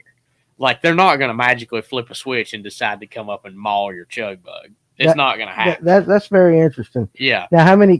What's the max cast you'll make on a pile? It all depends, man. If there's 100 fish sitting over top of it, I'm going to make a bunch of casts until I get one to come up. But if there's 3 or 4 fish, if it doesn't look that good, I'll sling one over it. And if I know I hit the pile and they didn't react, if I know I hit it and that they didn't react, I'll give it 3 casts and then move on. There you go. Now, would you give it 3 casts? So you bring a top water over it, they don't react. Would you go down into it? Yeah, especially like if it's a prime opportunity.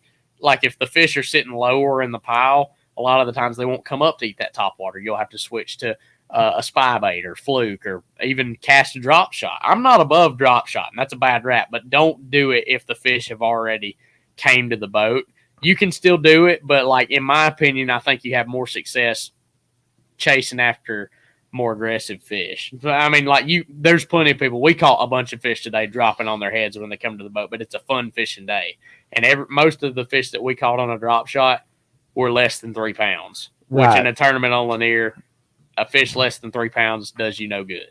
Exactly. Those are point fish. Yeah, I mean, like that's the fish that you're like you don't need them in the course of the day. The big ones eat topwater, they eat herring, And the more places you can hit throughout the course of the day that have fish, high percentage areas over and over and over and over and over. And once you get in a good rotation, rotate those piles. Hit one, catch a fish, go to the next one. Hit one, catch a fish, go to the next one. And you just make a circle over and over and over and over and over again, hitting your best piles, the best ones. Don't waste time with anything else. Throwing the baits that work and just circle, rotate through your baits until you find something that they react to. Use your electronics. Keep your head glued to your live scope all day, and find fret. And whenever your brush piles start to get wore out, go find more, sink more, do whatever you got to do. All right. So, hey, Ty Patterson, we appreciate the question. That's actually a very good question. So, definitely appreciate that. Now, Michael Temple's put, that's about the best news I've heard on here. I'm guilty for sitting too long. However, we fish in the electric only world. We can't run and gun quite as well as as guys in the big boats can do. So, but you're saying, I want to stay on this for a second. So you're saying, and I've heard Ryan say, but I want you to make sure I clarify for everybody watching. When you see the wolf pack come, it's done. Yeah, if they didn't need my bait and they chase it all the way to the trolling motor, you're on to the next. It's over. Yeah, it's on to the next. It's over. And there's no like. You can come back to them. Yeah, there's no magic formula to all this stuff. You just have to really look and see, like if they're still darting around and acting around, like if they today a lot of the times your bait would be past them and then they would decide to chase it and you would get your bait all the way to the boat and they'd still be coming to the boat. That's when I'll throw back out there because they may come back up and get it whenever it's fresh on their brain. But usually as soon as they see the boat, they're like, okay, we've seen this. Been there, bought the T-shirt. Let's roll. I'm gonna pull up Ron's comment right there if you could. So he said that sounds all good, but we can only fish lake twice a year. It's kind of hard to have that game plan, right? But you do go to places where you only fish a lake once or twice a year. Yeah, and it is really hard. Like you will catch, like you don't have to have all day on Lanier to catch a big bag of fish. Honestly, every time I live an hour away from Lake Lanier. Yeah, you're actually still in North Carolina. Yeah, like I'm not a local to this place. Yeah. But he's got a nice little ride home. Yeah, I mean, but the thing is, every time I come down here, say I come down here once a month, the spots that I found a month ago aren't going to be good this time around. I have to start every day I have from scratch. And sure, I've got places that are timber and they don't go away. But a lot of this stuff, like brush piles, you have to idle and find the fresh ones, look and see where other boats might be fishing if they're having success. Look and see, like checking the hot. There's always going to be hot zones, like in the creeks on the lower end of the lake. You know that's the best area to be in. The mouths of the creeks, humps on the main lake. You know that's the best areas to check for brush. Once you find the ones that have fish in it, then you can start fishing and have your milk running a game plan. Lanier's loaded with billions of spotted bass, but it's one of the hardest places to go and just fish and get bit consistently if you don't know what you're doing. Makes sense.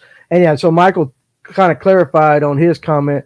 I watched Live Scope run to the bait and turn around, and I will take 30 minutes trying to get them to bite like that. That's when you need to pick the trolling motor up and go somewhere else.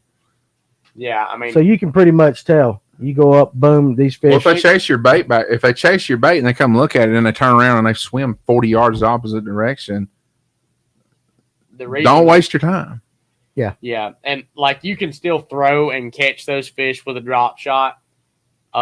Usually if they chase a moving bait, like we did it countless times today, just like they would chase it in, flick a drop shot at them because we're out there. We just want to catch fish. We don't really care, man. We're just having fun. Right. But in a tournament setting where you're trying to catch the biggest, most aggressive fish possible, it's better off to just pick up and move.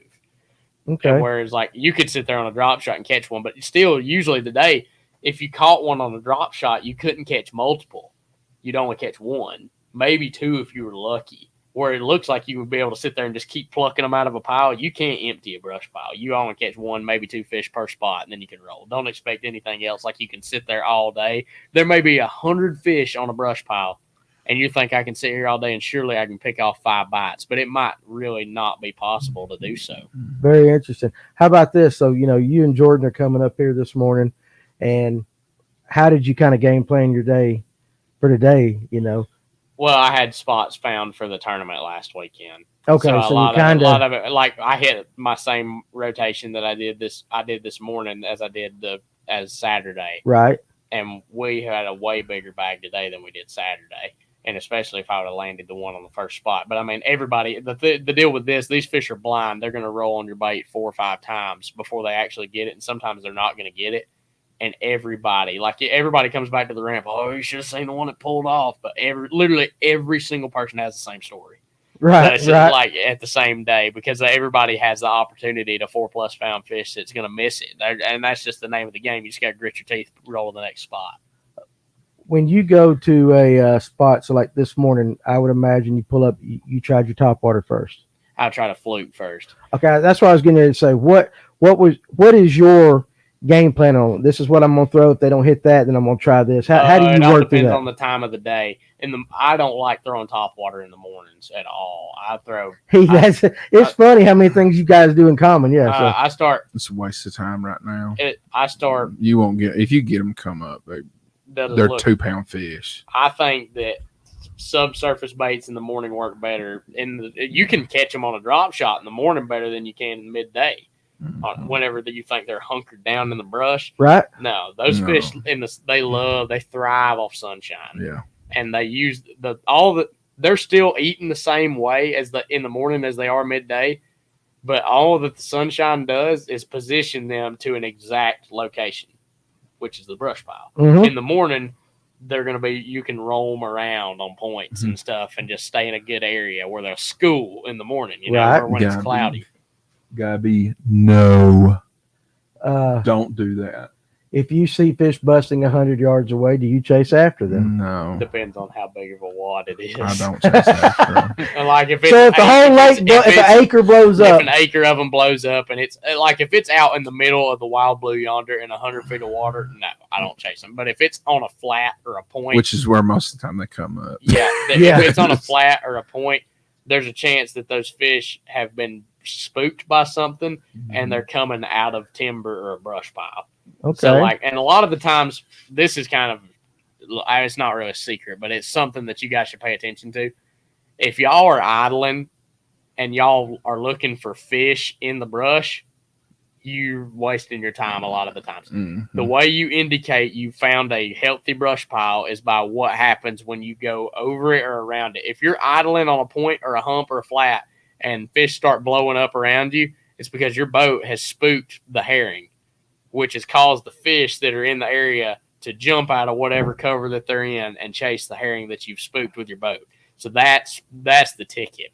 Is like if you see one and they come up and blow up, whatever, idle that whole area. And when you find a pile, those fish came out of the pile that you found. So that's the ticket to the whole deal. Like the best pile that we had today, I found it last week before the tournament. Never saw a single fish in it. But whenever I idled over it, they blew up 50 yards to my right. 3 of them did. Just goosh, goosh, goosh. And then I seen the pile, and I was like, them suckers were sitting right there.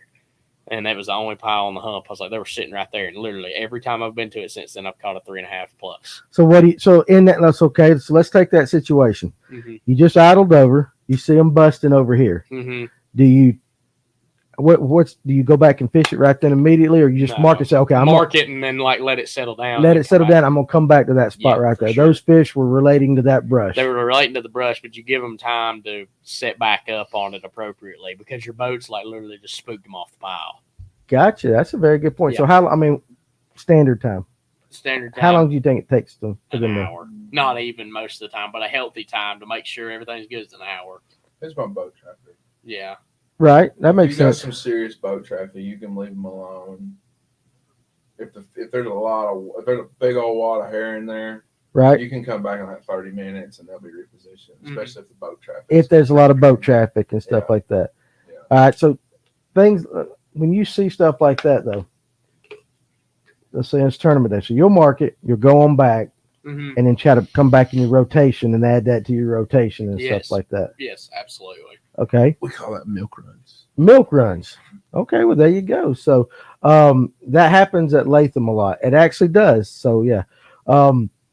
Now, let's say you go over a brush pile. Well, okay, let me go back to this because this popped in my mind a second. You said a fresh brush pile. Mm-hmm.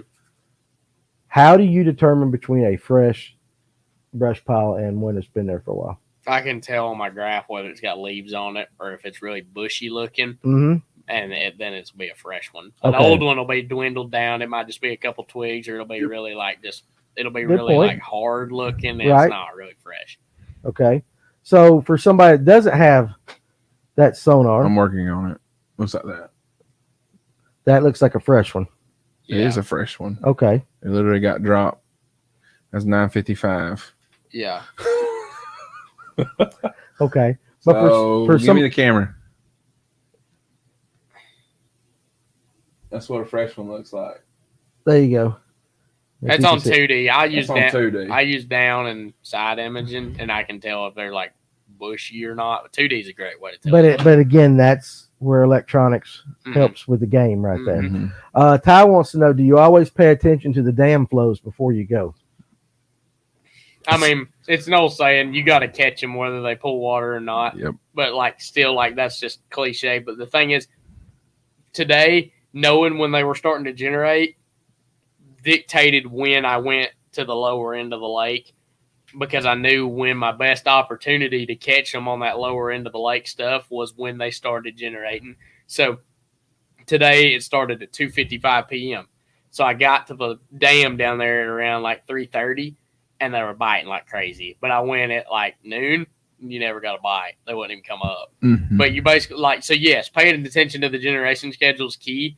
But those fish on the lower end of the lake, which typically are the biggest ones, they're going to fire as soon as that generation schedule starts up. So you got to be, in my opinion, as a tournament fisherman, I want to be in my best areas at their prime time. So I know when that generation schedule is going off, I need to be in my best holes that are closest to the dam where they're going to generate. And as the day goes on, that the water starts getting affected further up the lake. But when they start pulling, it happens at the dam because they're pulling it out of Lanier. So it happens at the lower end. But if they pull for 6 hours, up at Van's Tavern is going to be affected. Yeah. Up at Brown's Bridge, those fish will start acting right. But further up, they seem to be less affected by the generation schedule as much. But down the lake where, the prime opportunity and most of it is won at, most of that stuff is dictated by the generation schedule. So, yes, it's a huge deal. It matters a ton. You can totally tell if it makes a difference.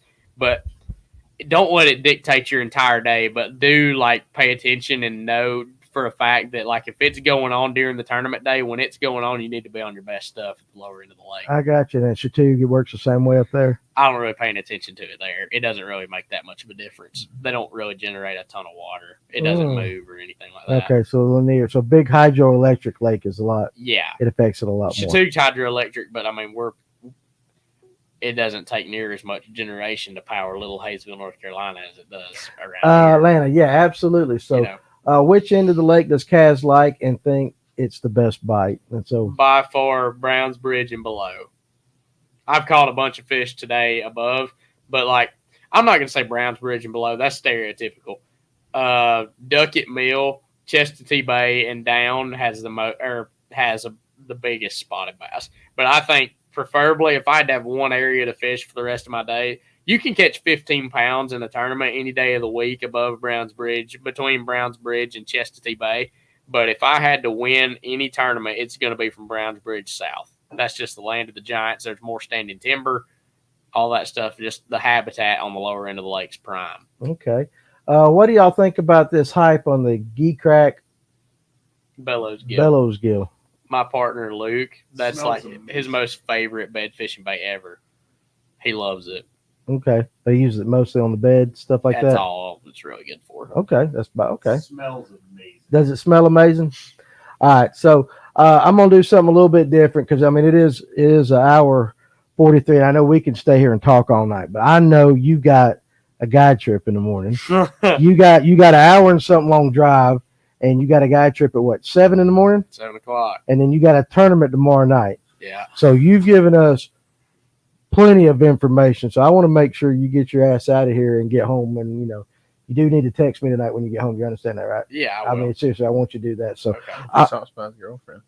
oh, you're going to stop by? No can do on that. No can do. Okay, got it. So again, I want to first of all, I'm going to end it on that because I know you got a long ride and a long day. So first of all, man, I dig it every time I get around you. You're good people. I appreciate that. And you're a hell of a fisherman. And we, again, Go back and watch the podcast on the. How long ago we do that? 2 years ago, something like that. It was 2020, I think. 2020, we did Caz and I sat down and Time to do nothing. we need to actually sit down and do another one-on-one and stuff like that. We'll do it, but again, yeah. So he's got it pulled up right there. Caz runs a guide service.